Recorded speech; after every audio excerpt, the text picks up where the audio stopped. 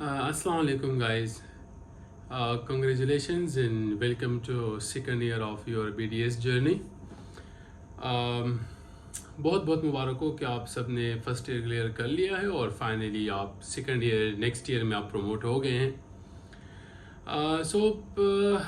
आम तो ये कहा जाता है कि BDS और final year most toughest year है BDS जर्नी के, और नो डाउट है क्योंकि BDS के सब्जेक्ट्स कुछ ऐसे हैं कि आपको बहुत ज़्यादा रट्टे मारने पड़ते हैं. लाइक फुल रट्टा मार बनना पड़ता है आपको, चाहे फार्मा हो, चाहे DM हो, चाहे CD की डिफिनीशन हो. इस वीडियो बनाने का जो बुनियादी मकसद है वो ये है कि आप लोगों को मैं गाइड कर दूं कि आप लोगों ने सेकंड ईयर कैसे कवर करना है, कौन से बुक्स आपको कैसे लेके चलना है, कौन से बुक्स आपको चूज़ करने हैं और आपकी स्टडी का तरीका क्या होना चाहिए.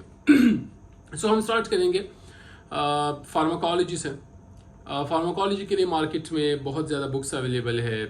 डिफरेंट टीचर्स डिफरेंट बुक्स से पढ़ाते हैं. लाइक अल्तमश और LCMD वाले मेनली कर्टजंग का बताते हैं, जबकि फातिमा जना GCMU और JMDC वाले लिपनकॉट से पढ़ते हैं.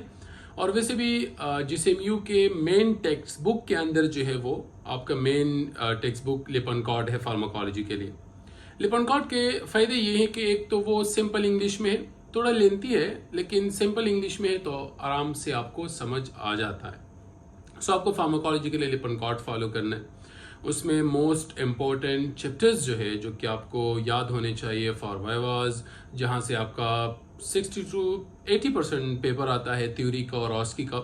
उसमें जो स्टार्ट के दो चैप्टर्स है pharmacokinetics and pharmacodynamics, secondly ANS पूरा यूनिट, चारों चैप्टर्स आपको याद होने चाहिए. Cholinergic, adrenergic, agonist and antagonist. CNS में आपको कुछ चैप्टर्स पढ़ने हैं जिसमें से मोस्ट इम्पोर्टेंट जो वाइवा पॉइंट ऑफ व्यू से इम्पोर्टेंट है उसमें लोकल एनेस्थेटिक, जिसमें जनरल एंड लोकल एनेस्थीसिया दोनों आ जाते हैं. ओपियोइड्स में से मॉर्फिन ड्रग इम्पोर्टेंट है. वाइल स्टार्ट के चैप्टर्स जो है CNS यूनिट के, उसमें बेंजोडाइजेपिन्स वाले चैप्टर्स एंड पार्किंसंस ड्रग्स वो इम्पोर्टेंट है. तो ये चैप्टर्स आपको CNS में से लाजमी कवर करने हैं क्योंकि इसमें से आपसे ऑस्कीज भी दी जाती हैं आपको और बिस्क्यूज भी काफ़ी सारे बनते हैं. उसके बाद मोस्ट इम्पोर्टेंट CVS ऑलमोस्ट जो लास्ट वाले चैप्टर है जो एंटीप्लेटलेट ड्रग्स के है, उसमें से कुछ ड्रग्स आपको पढ़ने लाइक एस्प्रिन हो गया, वारफेरिन एंड हेपेरिन या बाकी इंसेट्स हो गए. ये इंपॉर्टेंट है. बाकी CVS आपको पूरा पढ़ना है.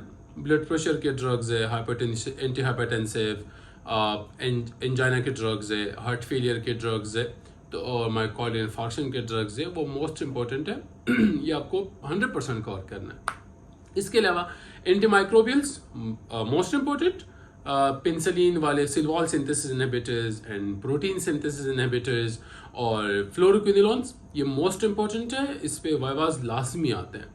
बिसाइड दिस चैप्टर्स जो आपको कवर करने हैं उसमें डायबिटीज़ वाले चैप्टर है, थायराइड के ड्रग्स है, इसके अलावा एंटी मलेरियल ड्रग्स है. वायरोलॉजी में आपको स्पेसिफिक ड्रग कवर करने हैं जो इम्पोर्टेंट है, लाइक एसाइक्लोविर वाली क्लॉस हो गई, और एंटीफंगल ड्रग्स में जो फ्लूकोनाजोल वाली ड्रग्स है. इसके अलावा हमारे पास जो एंटी डायरियल ड्रग्स है. तो ये फार्माकोलॉजी में मोस्ट इम्पोर्टेंट चैप्टर्स है जो कि आपको लिपनकॉट से ही कवर करने हैं. इसमें मोस्ट इम्पोर्टेंट, अच्छा फार्मा कैसे पढ़ोगे, कैसे कवर करोगे, मेरे यूट्यूब चैनल पे ऑलरेडी एक वीडियो लेक्चर मौजूद है जिसमें मैंने बताया कि अपने फार्मा को कैसे पढ़ना है. वो देख लीजिएगा. साथ में इम्पोर्टेंट पेपर्स जो है फार्मा के लिए वो JMDC का पेपर लगता है, सबसे ज़्यादा वही लगता है. इसके अलावा अल्तमश एंड फातिमा जना के पेपर्स इंपॉर्टेंट है. तो ये 3 कॉलेजेस के पेपर आपने फाइनल एग्जाम्स के लिए लाजमी सॉल्व करने हैं, खुद सॉल्व करने हैं, किसी और की फॉलो नहीं करनी. रही बात ऑस्कीज की, तो इंशाल्लाह within 2 months, sorry not 2 minutes, within 2 months इंशाल्लाह मेरी ऑस्की बुक अवेलेबल होगी. Second year all BDS subjects, तो उसमें से आपका 100% ऑस्कीज जो है वो कवर हो जाएगा. सेकेंड नंबर पे है DM dental material. Again multiple books available है, लेकिन जो यूनिवर्सिटी आपको मेन बुक का बताती है वो है मैकेब. उसका एक एक सेंटेंस भी सीखे हुए, लिटरली एक एक सेंटेंस भी सीखे हुए। आपको एक एक सेंटेंस पढ़ना पड़ेगा डीएम का। उसमें अगेन मोस्ट इंपॉर्टेंट चैप्टर्स जो है जहाँ से आपको वाइवाज और मेजर पेपर पार्ट आता है, वो चैप्टर नंबर 2 है which is property of dental materials. इसके अलावा gypsum, investment materials, waxes. 4 chapters है हमारे पास मेटल एलॉयज के ऊपर, जिसमें gold, stainless steel, cobalt, chromium, base metal alloys etcetera सारे आ जाते हैं। 4 चैप्टर्स आपके ये हो गए। इसके अलावा कंपोजिट, पोर्सलिन, एडहेशन और एमलगम, जीआईसी। 4 चैप्टर्स आपके इम्प्रेशन मटेरियल्स के ऊपर है जो कि अगेन इंपॉर्टेंट है, आपके वाइवा टॉपिक्स है। और 4 चैप्टर्स आपके सीमेंट्स के ऊपर है जो कि अगेन इंपॉर्टेंट है और अगेन वाइवा टॉपिक्स है। तो जो 4 चैप्टर्स का मैं बता रहा हूँ, ये आपको कभी कभार ये होता है कि एक वाइवा में आपसे 4 चैप्टर्स पूछ लिए जाते हैं। लाइक इम्प्रेशन मटेरियल्स में से कोई एक मटेरियल रखा होगा और आपसे सारे मटेरियल्स का पूछ लिया जाएगा कि इसमें से कौन से क्वेश्चंस आपसे सारे जो कवर करेंगे, वो 4 चैप्टर्स कवर करेंगे वो questions. Same for metal alloys and same for dental cements. इसके अलावा पोर्सलिन, कंपोजिट, एमलगम, एडहेशन जो मैंने बताए, ये इंपॉर्टेंट चैप्टर्स है, ये आपको आने चाहिए अगर आपने डीएम का पेपर फर्स्ट पार्ट में क्लियर करना है। डीएम के लिए मोस्ट इंपॉर्टेंट पेपर्स जो है फाइनल एग्जाम्स के लिए again JSMU and Altamash and Fatima Jinnah, इन 3 कॉलेजेस के पास पेपर्स आपने लाजमी सॉल्व करने। अगेन ऑस्की के लिए से thanks you to me, just kidding. इंशाल्लाह बुक आ जाएगी तो उसमें आपके डीएम का भी सारे स्पॉट्स इंशाल्लाह कवर होंगे। आप जस्ट वो ऑस्की बुक कर लीजिएगा and you will clear your ऑस्कीज इंशाल्लाह। डीएम के लिए और फार्मा के लिए एक चीज़ जहन में रख लीजिएगा कि ये बार बार बोलने वाली चीज़ है। तो अगर आप इस चीज़ को बोल रहे हो कि एक चैप्टर पढ़ा, मैं नेक्स्ट पे जा रहा हूँ या नेक्स्ट पे जा रही हूँ और मुझे तो कुछ भी याद नहीं, इवापोरेट हो गया माइंड से, इट्स टोटली ओके, होता है। रिलैक्स, टेंशन लेने की ज़रूरत नहीं है। दोबारा पढ़ो, तीसरी बार पढ़ो, चौथी बार पढ़ो, 5वीं बार पढ़ो, मतलब आपको बार बार रिपीट करना पड़ेगा, बार बार वो चीज़ पढ़नी पड़ेगी। यस, आपकी आसानी के लिए मैं बता दूं कि डीएम में आपने, चूंकि ऑब्वियसली इतने एक्सटेंसिव सब्जेक्ट है और if you can't remember every single sentence of McCabe, so again मैंने डीएम के नोट्स लिखे हैं इन पॉइंट फॉर्म, जस्ट पॉइंट से BCQs पॉइंट से, जहाँ से आपके पास BCQs भी लगेंगे, उसमें मौजूद है फास्ट पेपर्स भी, तो आप वो नोट्स ले लें और जब आप एक चैप्टर बुक से रीड कर लो, रिमेंबर मेरे notes except for CD community dentistry, बाकी जो भी सब्जेक्ट के नोट्स होंगे, detail notes, sorry BCQs notes, please मैं एम्फिसाइज इसलिए कर रहा हूँ कि कुछ स्टूडेंट मुझे कह चुके हैं कि सर आपके नोट्स से कुछ नहीं आया। तो भाई मैं कभी भी सिवाय कुछ सब्जेक्ट्स के जिनका मैं कॉन्फिडेंस के साथ कह सकता हूँ कि आपने जस्ट वो नोट्स फॉलो करने हैं, आपको कोई और बुक फॉलो करने की ज़रूरत नहीं है, ठीक है। तो उसमें सिर्फ कम्युनिटी डेंटिस्ट्री है जिसका मैं कहूँगा कि आप आंखें बंद करके नोट्स पढ़े, आपको बुक पढ़ने की ज़रूरत नहीं है। लेकिन डीएम, फार्मा, पेथो, माइक्रो, ये ऐसे सब्जेक्ट्स है जिसमें आपका मेन बुक पढ़ना लाजमी है। लेकिन चूंकि आप मेन सब्जेक्ट के एक एक लाइन को आप रट नहीं सकते कि इसमें से BCQ क्या आएगा, आप सारे रटते जाओ तो एक दिन आपको कुछ याद नहीं होगा। तो उसके लिए हल ये है कि पहले आप बुक से वो चैप्टर कवर कर लें, उसके बाद फिर आप मेरे नोट्स उठाएं और मेरे नोट्स से वो सारे पॉइंट्स याद कर लें जो कि आपके पेपर्स में आते हैं। और अल्हम्दुलिल्लाह आपके सीनियर बैचेस से आप मेडिकल ट्यूटर के नोट्स के हवाले से पूछ सकते हैं कि उसमें से काफ़ी सारे क्वेश्चंस जो है अल्हम्दुलिल्लाह मेरे नोट्स से आते हैं। ऑब्वियसली मेरे नोट्स जो है मैंने किसी और से नहीं लिखे, इन्हीं बुक से लिखे, लेकिन मैंने BCQs बुक्स, मेकअप के अलावा काफ़ी सारे बुक्स से जो मैंने खुद रीड करे हुए हैं और मैंने फॉलो करे हुए। तो आप डीएम के नोट्स ले लेना और जब आप बुक से चैप्टर कर लो एक दफ़ा, पढ़ लो एक दफ़ा, उसके बाद आप मेरे नोट्स पढ़ लेना एक दफ़ा। ये हो गया डीएम के लिए। सबसे मुश्किल डीएम और फार्मा ही है सेकंड ईयर में, आपको बार बार रिपीटेशन की ज़रूरत पड़ेगी, सो टेंशन लेने की ज़रूरत नहीं है। लेकिन येस, प्लीज़ एंड पे नहीं छोड़ना कि मैं डीएम बाद में कर लूँगी, मैं फार्मा बाद में कर लूँगा। नहीं कर सकोगे, बिल्कुल नहीं कर सकोगे, क्योंकि रट्टा है। और जिनके रट्टा वीक हो, मेरा रट्टा वीक है तो मैंने ऑलमोस्ट 10 दफ़ा डीएम पढ़ा है, 10 दफ़ा मैंने फार्मा पढ़ा है। क्यों? क्योंकि मेरा रट्टा वीक है। तो मेरी तरह अगर आप में से किसी का रट्टा वीक है तो प्लीज़ एंड पे नहीं छोड़ना फार्मा और डीएम, आप from the very first day पढ़ना स्टार्ट कर दो। इसी तरह जो कम्युनिटी इंटरेस्ट सब्जेक्ट्स हैं उसके लिए मेन बुक बर्ड्स फॉलो करा जाता है, लेकिन बर्ड्स इज लाइक न्यूज़पेपर, क्या पढ़ूँ क्या छोड़ूँ कुछ समझ नहीं आ रहा होता।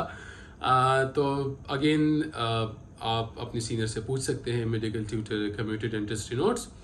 इंशाल्लाह विद इन 2 to 3 मंथ्स उसका न्यू एडिशन भी आ जाएगा मार्केट में, जिसमें उसकी सारे चीज़ें कवर होंगी। अभी भी अल्हम्दुलिल्लाह मेरे नोट्स में सब कुछ कवर है, लेकिन चूंकि हैंड रिटन है तो इस वजह से काफ़ी स्टूडेंट्स को इश्यूज होता है उसको पढ़ने में। तो इंशाल्लाह टाइप प्रिंटेड फॉर्म में आ जाएगा 2 से 3 महीने के अंदर।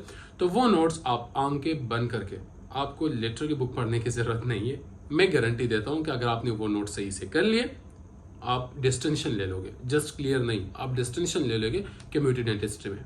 ऑस्की के लिए अगेन जो सेकंड ईयर ऑस्की बुक है, आपको इधर उधर स्लाइड्स जमा करने की ज़रूरत नहीं है। जीएमडीसी के स्लाइड्स देखो, सॉल्व करो, एफजे के स्लाइड ढूंढो, सॉल्व करो, फ्लादो से मांगो, फ्लादो से मांगो, वो नहीं दे रहा, ये नहीं दे रहा, ये नहीं मिल रहा, वो नहीं मिल रहा।